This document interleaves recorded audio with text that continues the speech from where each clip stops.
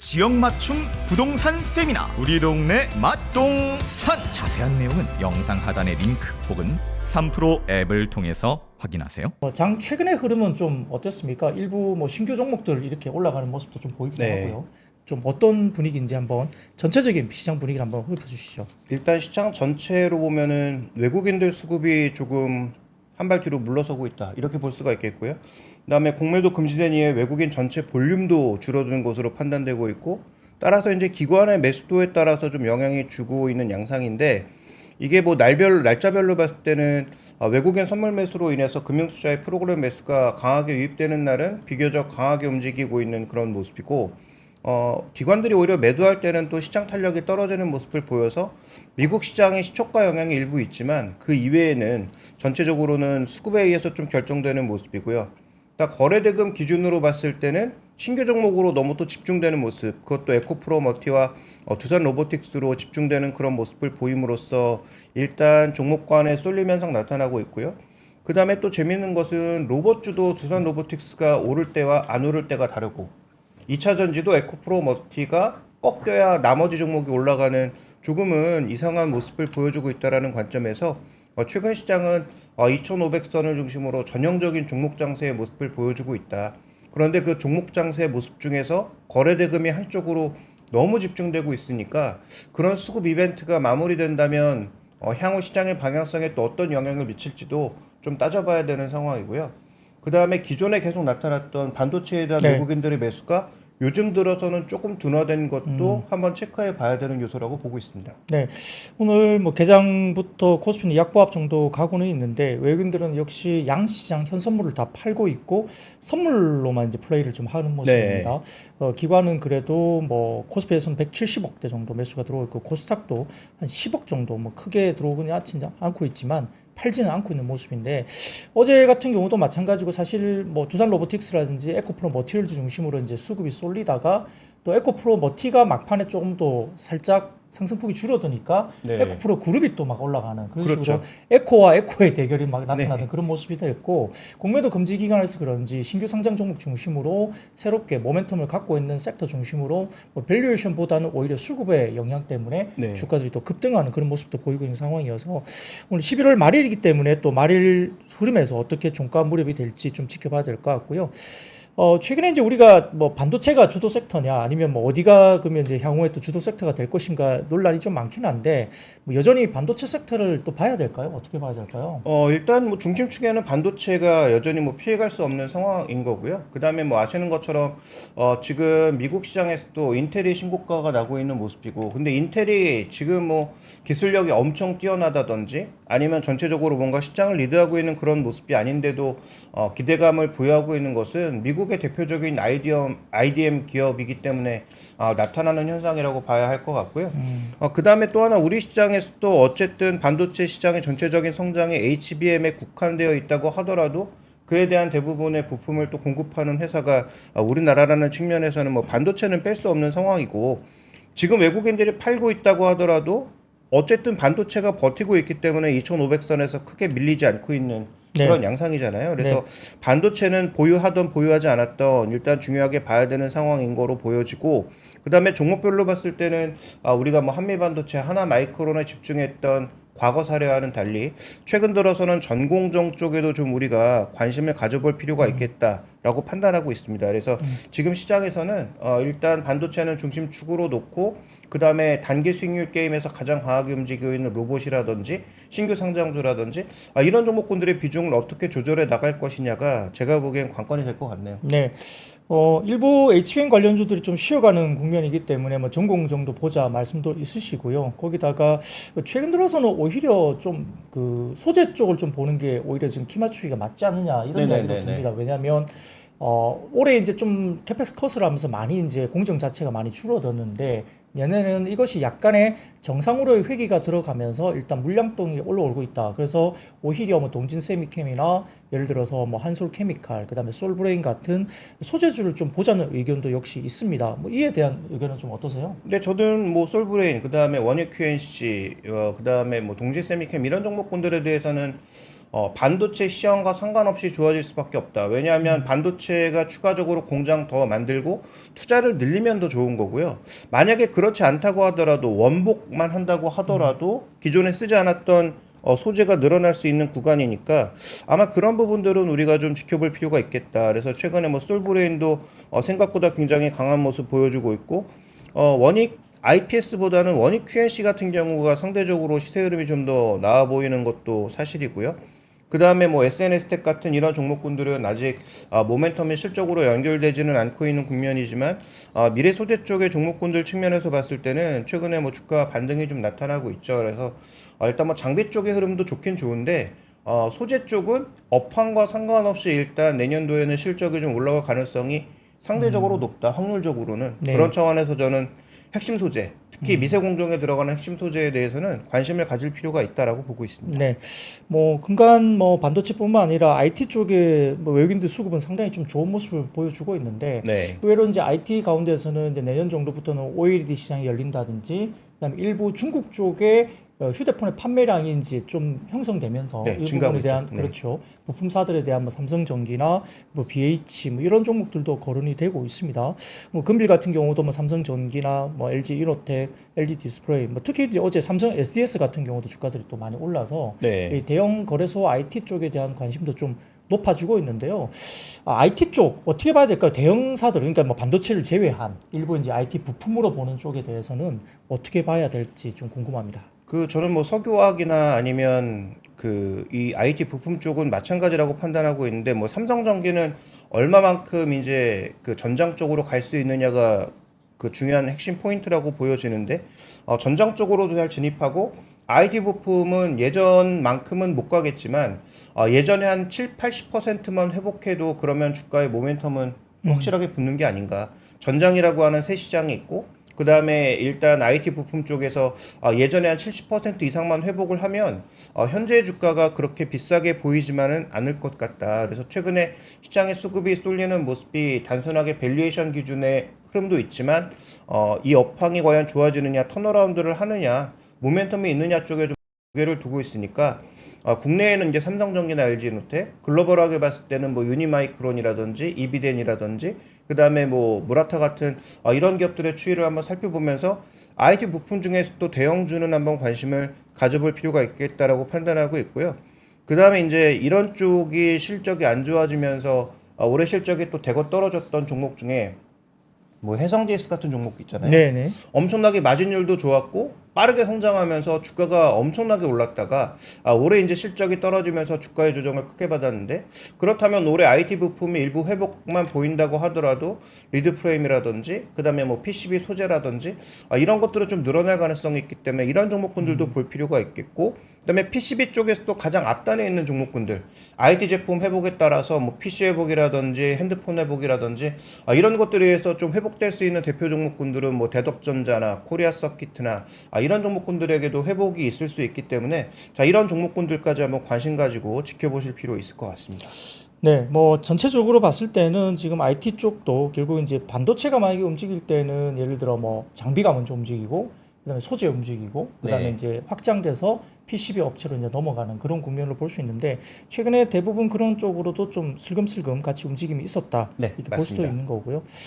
자, 2차전지 이야기를 좀 해보겠습니다. 뭐 어제 중요한 이야기 하나 나왔죠. 우려 왜곡 집단 관련된 FEOC 관련된 시나리오가 이제 나오고 있습니다. 네. 빠르면은 12월 1일 정도 이번 주 내에 관련된 그 우려 왜곡 집단과 관련된 규정을 연내 발표할 예정이다. 그러니까 결국은 이제 현재 현실론과 강경론이 미국 내에서도 좀 대립을 하고 있는 상황이어서 확정은 아닙니다만 이 변수가 좀 생긴 모양인데요. 결국 이제 중국과 관련된 뭐 소재라든지 이런 것들에 대해서 어느 정도 뭐 허용을 해줄 것인가에 대한 네. 변수가 되는 것이잖아요. 뭐 이와 관련해서 여러 가지 의견이 분분한데 오늘 2차전지 흐름을 보면 어제 급등했던 뭐 에코프로 그룹 그러니까 에코프로와 에코프로 BM, 포스코 퓨처엠 등등 이제 마이너스권이 있고 오히려 LNF가 예를 들어서 뭐 테슬라 관련된 이슈가 있어서 그런 건지 지금 네. 5%대 또 급등을 오히려 또 차별적으로 보이고 있는 상황입니다.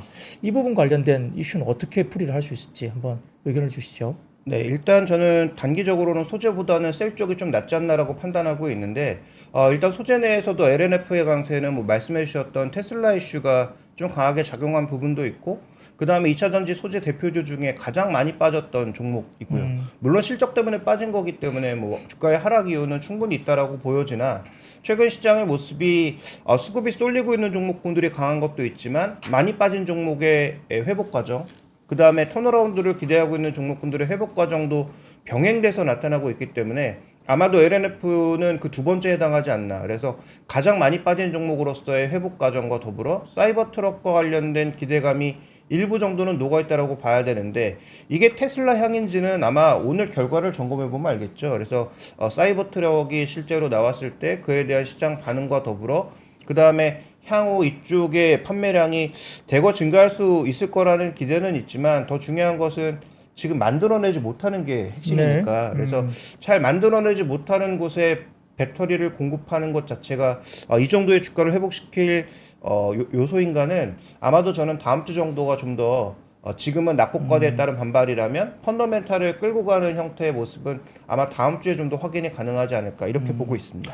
아마 테슬라 같은 경우는 이번 유예가 만약에 결정이 된다고 한다면 보조금이 이제 유예되지 않고 기존 기준으로 받던 것보다 2배 정도 보조금이 올라가는 효과가 있을 것 같아요. 네. 그러면은 테슬라는 좀 그러니까 판매에 대한 부분들이 상당히 좀 좋아질 수 있는 환경이기 때문에 뭐 그런 부분을 봐서 약간의 뭐 LNF가 이제 테슬라 쪽 향으로 좀 많이 집중되어 있는 종목이라 그렇죠. 네. 오히려 좀 오늘 차별적으로 올라가는 것도 일부 영향이 있지 않을까라는 생각도 듭니다만, 근데 예를 들어 뭐 중국과 관련된 부분들이 약간의 뭐 유예가 되면서 좀 더 유연하게 됐을 때는 조금 부정적일 수 있지만, 그럼에도 불구하고 전기차 판매량 자체가 좋아질 수 있다는 점도 긍정적으로 우리나라에 작용할 수 있기 때문에 이 변수 자체는 좀 어떻게 보면 현재까지는 좀 중립적인 이슈가 아닐까라는 생각도 좀 조심스럽게 해봅니다. 근데 어쨌든 호재든 악재든 저는 그 미국에서 이러한 재료를 좀 빠르게 확정해줬으면 좋겠어요. 확정이 돼야 국내 기업들도 뭔가 활발하게 움직이면서 그에 대한 대응을 할 거 아니겠습니까? 네. 예를 들어서 뭐 중국에 조금 열어주는 단계라면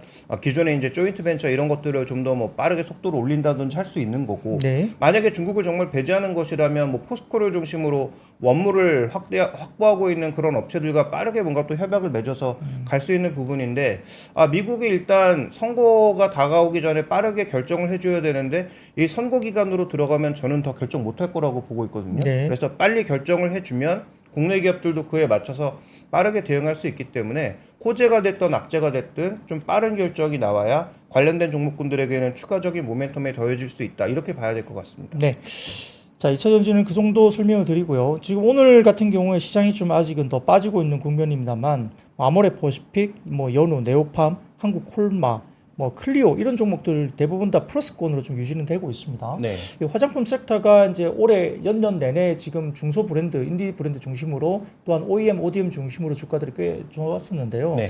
뭐 아모레퍼시픽 같은 경우도 어제 관련된 그 아마 내부적으로 뭐 애널리스트 간담회가 있었던 것 같고, 여러 가지 주목을, 예를 들어서 뭐 라네즈라는 제품이라든지 코샤렉스 관련된 뭐 성장성 이 부분들이 많이 부각이 됐던 것 같은데요. 전반적인 화장품 섹터 관련된 이슈 어떻게 보실지 의견을 좀 부탁드리겠습니다. 네, 일단 우리나라뿐만 아니라 그 중국의 자체 브랜드로 팔고 있던 모든 화장품들이 다 주가가 급락을 했죠. 예를 들어서 글로벌하게 뭐 일본의 시세이도 같은 경우에도 주가 망가진 건 똑같이 마찬가지고, 그다음에 글로벌리하게 봤을 때도 지금 중국의 가장 비중이 높았던 대표 기업들, 뭐 이런 그 글로벌 화장품 기업들도 주가가 모두 신저가로 갔단 말이에요. 그래서 지금 중국 관련해서 밀린 건 우리만 밀린 게 아니고, 오히려 아마존 타고 가거나 다른 쪽으로 갈 수 있는 그런 ODM, OEM 업체들의 주가 상승이 올해 내내 이어졌는데, 그렇다면 내년 핵심 포인트는 같은 성장률을 내년에도 보일 수 있느냐가 결국 중요한 관건이 되겠죠. 그래서 저는 내년에는 오히려 아모레퍼시픽 같은 경우가 얼마만큼 미국 시장이나 일본의 점유율을 올리느냐가 더 중요하지, 지금 한국콜마나 코스메카 코리아 같은 종목군들이 올해와 동일한 그 성장률을 보일 수는 없다라고 판단하고 있기 때문에 OEM, ODM 업체에서 우리가 먼저 내려올 필요는 없지만 올해만큼의 기대를 가지고 내년에 접근하면 오히려 위험할 수 있다. 따라서 자체 브랜드로 밀고 나갔던 아모레퍼시픽이 코스알엑스 같은 것들을 중심으로 해서 아마존이나 이런 쪽으로 얼마나 스며드는지가 저는 좀 더 중요한 포인트라고 판단하고 있고요. 그래서 올해까지는 어쨌든 뭐 코스맥스나 한국콜마나 코스메카 코리아, 뭐 클리오 이런 종목군들의 강세가 좀 더 이어질 가능성이 높지만 내년에는 방향이 바뀔 가능성에도 좀 더 고민을 해보시는 게 저는 투자에는 좀 도움이 될 것 같습니다. 네, 알겠습니다. 자, 최근에 우리가 뭐 극장 연말에 많이 가실 거예요, 그죠? 요즘에 네. 핫하게 좀 이슈가 되고 있는 그 영화가 있죠, 서울의 봄이라는 네. 영화가 있는데 뭐 그러다 보니까 컨텐츠리 중앙도 굉장히 좀 갑자기 좀 조명을 받고 있고 더군다나 최근에 이제 이야기되는 것들이 지금 티빙과 웨이브 간의 합병 추진 보도 가능성이 네. 이야기가 나오고 있습니다. 여기에 따라 뭐 CJ ENM 같은 경우가 주가들이 꽤 어제 급등을 했는데요. 오늘 같은 경우도 지금 컨텐츠리 중앙이 아마 서울의 봄 영향인 것 같아요. 2.6% 정도 상승세를 보이고 있고 어제는 CJ ENM이 급등세를 보이면서 주가가 일간 어제 8.36%나 주가가 급등했습니다. 뭐 미디어 관련 쪽은 뭐 상반기에 굉장히 좀 좋지 못했잖아요. 네. 광고 쪽도 상당히 좀 힘들었고 그럼에도 불구하고 최근 들어서 약간의 극장에 대한 어떤 흥행작이 또 대두되고 아까 말씀드렸던 티빙과 웨이브 간의 인수합병 관련된 보도가 나오면서 OTT나 뭐 컨텐츠 업체 관련된 이슈가 언급이 좀 되기 시작했습니다. 이와 관련된 평가는 어떻게 할 수 있을까요? 네, 일단 합병한다면 국내 시장에서는 뭐 지금 38% 정도의 점유율을 갖고 있는 넷플릭스를 거의 5% 이내로 추격할 수 있는 정도의 규모로 가는 것이기 때문에 규모의 경제가 달성된다라는 것도 긍정적이고요. 또 하나 이제 긍정적인 부분은 마케팅을 서로 워낙 강하게 하다 보니까 그 마케팅 비용에 따른 부담감도 있었거든요. 그래서 그런 부분들이 비용으로 많이 처리됐기 때문에 상대적으로 수익성을 내지 못했던 기업들이라는 측면에서 아마 합병한다는 건 분명히 긍정적입니다. 근데 여기서 중요한 포인트는 제가 보기엔 우리나라 이제 OTT가 우리나라에서만 자꾸 치고받고 있고 글로벌하게 진출을 못한 것이 저는 핵심이라고 보고 있는데 그러면 이번에 만들어진 플랫폼은 해외에서도 뭐 볼 수 있는 그런 플랫폼으로 거듭나게 된다면 오리지널 작품들을 많이 쌓아놓을 수가 있잖아요. 지금 오리지널 작품을 만들어봐야 국내에서밖에 볼 수 없는 상황이고 해외는 넷플릭스 같은 것들을 통해서 봐야 되는 상황이기 때문에 이번에 규모의 경제를 만들어서 글로벌하게 진출하는 모습까지 간다면 저는 주가의 상승폭이 생각보다 굉장히 커질 수 있다라고 보고 있는데 문제는 이제 웨이브 쪽에 있는 그 3사 지분, KBS나 SBS 지분을 어떤 식으로 처리할 건지, 그 다음에 이제 재무적 투자자로 들어왔던 사람들의 지분을 어떻게 정리할 것인지 정도가 문제인데, 이것만 잘 해결할 수 있다면 저는 합병을 통해서 글로벌하게 나가는 것은 뭐 긍정적일 수 있다라고 보고 있고요. 오히려 이제 스튜디오 드래곤이나 IP를 제공했던 업체들 측면에서 보면 자신들이 여러 회사에 제공하는 게 좀 더 유리할 수 있잖아요. 그런데 오히려 이렇게 채널이 줄어들고 있는 것은 긍정적인 부분도 있겠지만 투자비가 늘어서 긍정적인 부분도 있겠지만 또 경쟁이 줄어들 수 있다라는 측면에서 보면 플러스 마이너스가 동시에 존재하고 있어서 이건 어쨌든 플랫폼 업체들에게 좀 더 우리가 메리트를 줄 수 있는 상황이고 지금 뭐 상장되어 있는 게 CJ ENM이 상장되어 있기 때문에 CJ ENM과 관련된 추이를 한번 눈여겨 지켜볼 필요가 있겠다 이렇게 보고 있습니다. 네, 뭐 시장에 따라서 다르게 해석할 수도 있겠지만은 일부 지금 이야기들 나오는 것들 보면은 지금 현재로서는 OTT 쪽의 경쟁력 강화가 되는 반면 이제 제작사 입장에서는 물량이 좀 줄어들 수 있는 네. 국면으로 보는 평가도 있습니다. 그러다 보니까 컨텐츠 제작 쪽은 조금 부정적인 이슈 그리고 OTT 자체로 보면 좀 더 경쟁력이 강화되는 긍정적인 이슈 이런 식으로 뭐 정리를 하는 것도 있는 걸로 제가 좀 확인을 해봤습니다. 자 그렇게 되면은 지금 이런 미디어 쪽도 뭐 최근에 어떻게 움직일지 좀 봐야 될 것 같고 뭐 연말이니까 또 우리가 뭐 다른 걸 떠나서 영화 한 편 뭐 나오게 되면 좋은 영화 보면서 또 시간을 가지는 것도 조금 여유가 있게 갈 수도 있겠습니다. 자, 그 외에도 지금 이야기들이 많이 할 부분들이 많은데요. 자, 뭐 최근 들어서 이제 10년물 금리도 뭐 4.2%대 미국 금리도 빠지고 있고, 네. 그러면 금리 쪽은 조금 내년에 인하 쪽의 속도가 약간 하반기, 그러니까 적어도 6월 이후 정도가 된다고 생각했던 것들이 5월이나 좀 앞쪽으로도 앞당겨지는 느낌이 좀 듭니다. 네. 인하론에 대한 이야기들이 많이 나오고 있고 비레크만은 본인 입장에서는 지금 1분기 내년 1분기 정도의 초기에 네. 금리 인하를 할 것으로 본인은 본다. 뭐 경기에 대한 부분들이 이렇게 높은 금리를 계속 유지를 한다면 좀 경기가 무너질 것 같고 이런 현상들을 본인은 이제 목격을 하고 있다라고 평가를 하면서 약간의 인하 쪽으로 베팅을 한다는 이야기를 많이 이제 내고 있습니다. 그러다 보니까 어제 같은 경우에 미국 시장에서도 이제 금리 인상과 관련해서 피해를 봤던 섹터들 뭐 그걸 소위 말했던 소매 업종이라든지 여러 가지 부분들이 이제 다시 한번 급등을 하면서 뭐 이런 부분들이 조금은 금리 인하 관련된 부분에 대해서 이제 수혜주로 트레이딩 바이를 좀 해야 되는 것이 아니냐 이런 이야기가 좀 돌거든요. 네. 충분히 가능한 스토리일까요? 일단 뭐 금리 관련해서 밀린 업종이 뭐 한두 개가 아니긴 한데 뭐 말씀해 주셨던 소매 업종을 포함해서 뭐 태양광, 풍력 뭐 이런 종목군들도 금리 급등에 전부 대거 밀렸던 종목군들이니까 물론 수요 회복이 나오지 않은 상황에서 금리만으로 오를 수는 없겠지만 어쨌든 금리 때문에 대거 빠졌던 종목군들이 최근 미국 시장에서도 회복을 일부 보이고 있습니다. 따라서 이런 종목군들이 펀더멘탈까지 더해지는 거면 저는 뭐 추세적인 어떤 반등을 보일 거라고 보지만 펀더멘탈이 붙지 않고 금리만으로 그러니까 거시 변수의 변화만으로 올라오는 거라면 한계가 있는 반등일 수밖에 없겠죠. 그래서 미국의 소매업종은 최근에 뭐 소비되는 추이를 봤을 때 IT 쪽은 뭐 크게 늘어나기는 어려운데 재고를 쌓아두지 않은 상황에서 재고가 소진된 상황이니까 다시 좀 재고를 쌓는 그런 과정과 신제품 출시 과정에서 수혜를 받는 기업들로 최대한 압축할 필요가 있을 것 같고요. 그다음에 미국의 소매 종목군들도 조금 독특한 게 아마존이나 월마트 같은 이런 그 판매를 하는 쪽보다는 최근에 뭐 갭 같은 종목군들이 오히려 신고가로 네. 가고 있는 상황이거든요. 네. 그래서 소매 업종 내에서도 확실하게 업황 턴어라운드를 보이면서 실적을 쌓고 있는 종목군으로만 집중하시는 게 지금은 좀 더 도움이 될 것 같습니다. 네, 전체적인 시장에서는 지금 이번에 미국 쪽의 뭐 판매, 그러니까 이제 소비가 상당히 좀 좋게 일단 나왔다는 평가를 가지면서도 네. 또 우려를 하는 부분들이 분명히 생기는데, 근데 두 가지 정도입니다. 첫 번째로는 이제 온라인 쪽의 할인폭이 굉장히 컸던 쪽 중심으로, 네. 할인폭이 컸던 쪽 중심으로 매출이 많이 올라왔다는 거고, 이 두 번째는 이 젊은 세대들이 대부분 다 매출을 많이 올리면서 어떤 걸 이용했냐면 BNPL이라는 어떤 그런 걸 썼다는 맞습니다. 거죠. 네.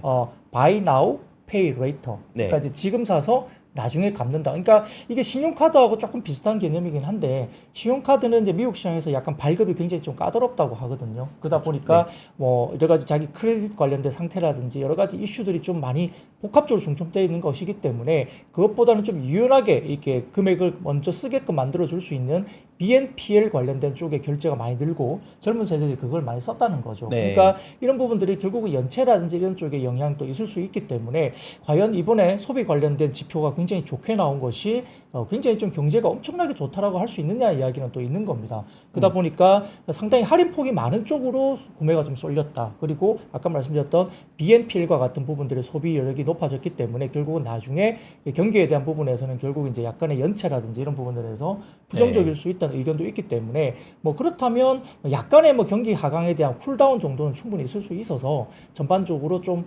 어렵지만 굉장히 좀 그렇게 심하지 않은 어떤 경기에 약간의 슬라이드 다운되는 부분에 대한 네. 이슈가 좀 생길 수 있다. 그래서 그렇게 보면 뭐 시장은 그렇게 나쁠 것 같지는 않거든요. 그런 분위기가 경기가 부러지는 것도 아니고 그렇죠. 그렇다고 엄청나게 화랑이어서 금리를 높게 계속 형성해야 되는 것도 아니기 때문에 오히려 뭐 쉽게 말하면 미국에서 이야기하는 표현이 있습니다. 골든 패스라고 해서 아주 황금의 길을 걷는 뭐 그런 쪽으로 갈 가능성도 조심스럽게 이야기를 하는 것 같습니다.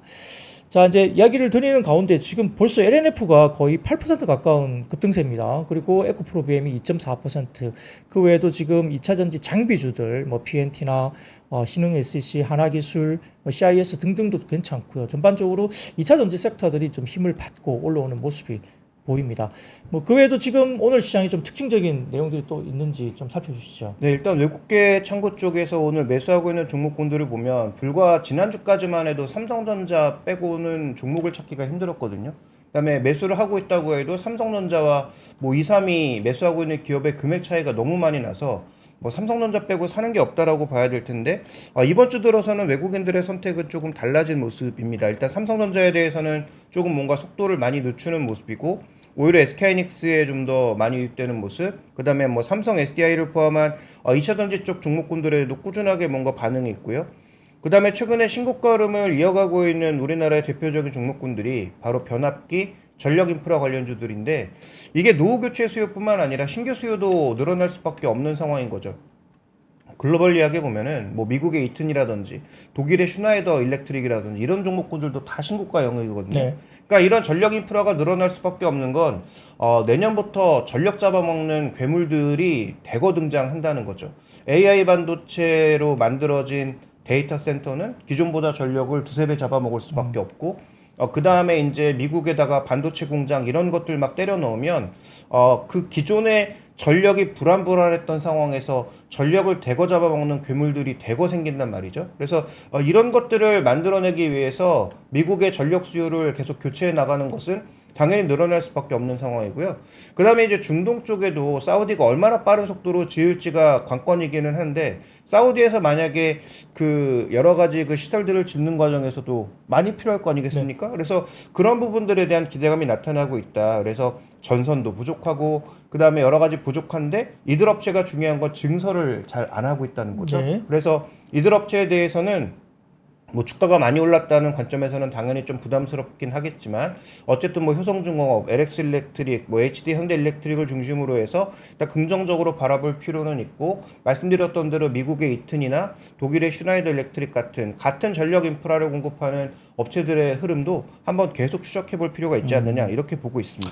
네, 뭐 어제 시장에서 좀 특징적으로 바라보면 최근에 많이 쉬었던 방산, 네. 그다음에 이제 전력 변압기 이런 쪽도 주가들이 어제 좋았고요. 예를 들면 효성중공업 같은 경우는 어제 신고가를 또 내기 시작했습니다. 그래서 대장주로 이야기됐던 HD 현대일렉트릭 같은 경우도 지금 좀 지켜봐야 되는 것이 아니냐 네. 이런 이야기도 나오고 있는 상황이기 때문에 아마 다시 뭐 전력기획이나 변압기 쪽 그러면 조금 쉬고는 있지만 이제 인프라 관련된 쪽이 또 그대로 유지가 된다고 한다면 뭐 건설기계 쪽도 다시 한번 또 리바운딩이 혹시 네. 나올 수도 있지 않을까 하는 생각도 잠시 해볼 수 있겠습니다.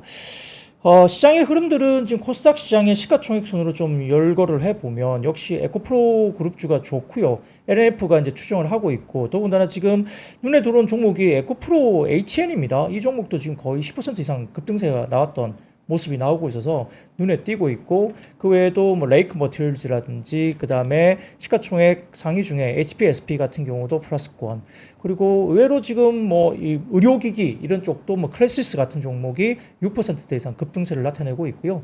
그 다음에 반도체 소재주 가운데 뭐 솔브레인이라든지 말씀드렸던 이런 종목들 동진 세미캠 등도 2%대 주가들이 올라가고 있는 모습도 보이고 있고 그 외에도 SPG 같이 이제 우리가 로봇 관련된 쪽 이쪽도 네. 최근에 두산 로보틱스 등등을 포함한 분위기에 따라서 지금 SPG도 10%대 급등세가 나타나고 있고 뭐 그 외에도 원텍이라든지 이런 아까 말씀드렸던 클래시스와 같은 원텍과 같은 종목들도 2%대 전반적으로 흐름들이 이제 어떤 섹터로 좀 회사들이 주가들이 좀 모이고 있는지가 좀 눈에 보이는 것 같아요. 그렇죠? 네. 뭐 STO라든지 AI라든지 그다음에 NFT도 최근에 이제 어제도 굉장히 좋았지만 지금은 현재 2차 전지 섹터라든지 그다음에 일부 반도체 소부장 이쪽과 관련해서 그다음에 로봇 이런 것도 마찬가지고 굉장히 좀 이렇게 이야기들이 도는 쪽으로도 좀 집중되고 있다 이렇게 모습도 볼 수 있겠습니다.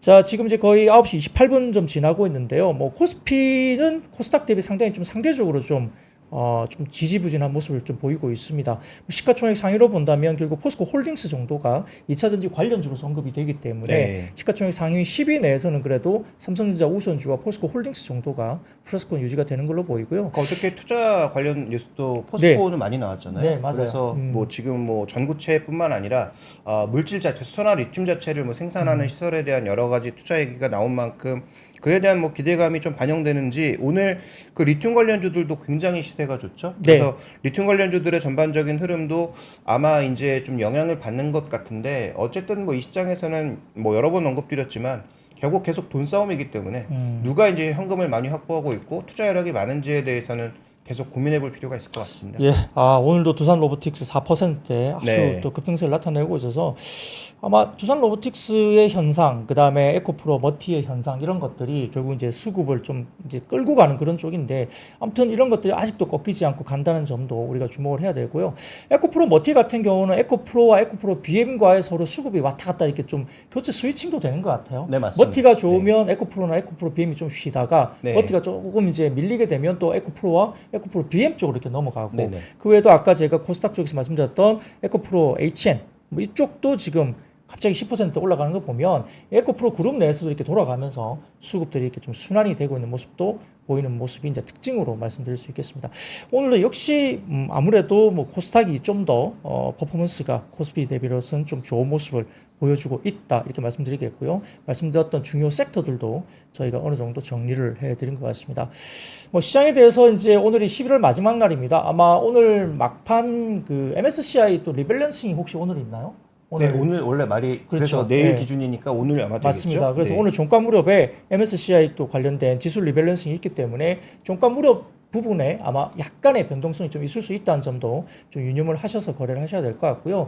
12월 접어들면 지금 이제 삼성전자 관련된 변곡점이 하나 있을 수 있습니다. 아마 말씀 뭐 많이 들으셨겠지만 엔비디아 쪽에 HBM3 관련된 네. 콜이 어떻게 되고 결과가 나오는지 그리고 내년 1분기 정도에는 3E 제품에 대해서 지금 마이크론, SK하이닉스, 삼성전자 등등이 지금은 양산 관련된 테스트를 하면서 결과를 기다리고 있는데 삼성전자가 엔비디아 쪽에 못 들어갔던 것들이 조금 아쉬웠던 점이고 몇 달 전에 아마 삼성전자가 뭐 콜 통과하고 어쩌고 이야기가 나오면서 그날 삼성전자가 7% 올라가고 하이닉스가 빠졌던 날이 있었어요. 맞습니다. 예, 네. 그러다 보니까 마이크론까지 지금 3E 관련된 경쟁이 격화되면서 오히려 지금은 삼성전자나 마이크론의 기회가 좀 더 넓어진다는 측면에서는 물론 하이닉스도 상당히 좋습니다. 뭐 독주를 더 하겠지만은 삼성전자 밸류체인과 관련된 부분들이 기회가 좀 많이 생긴다. 이런 개념으로 뭐 투자에 대한 컨셉을 잡는 쪽도 있기 때문에 아마 12월 그리고 1분기 정도에 엔비디아 향으로 삼성전자나 마이크론이 어떻게 들어갈 수 있을지 이 부분도 하나의 관건이라서 관련된 소부장도 그 영향을 충분히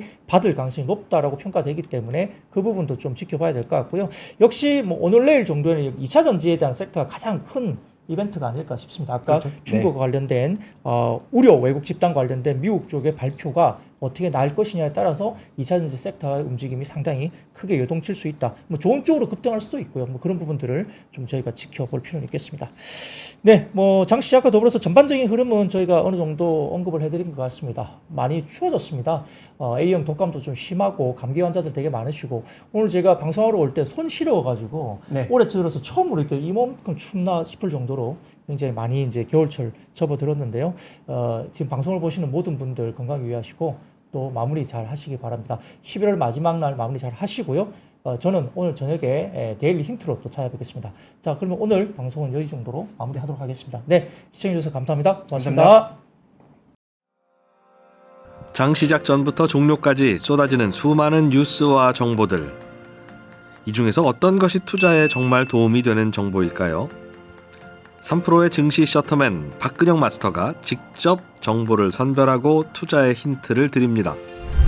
시간도 아끼고 투자 아이디어도 얻는 시간, 박근영 부장의 마켓 힌트와 함께 하세요. 자세한 사항은 3프로 TV 앱과 홈페이지를 확인하세요.